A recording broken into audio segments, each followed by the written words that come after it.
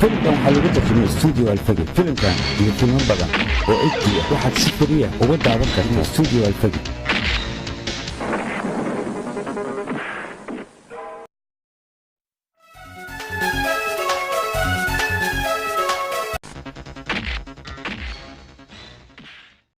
filimkan filmo badan oo ku xiisigeliya waxaad ka daawan kartaa www.official.com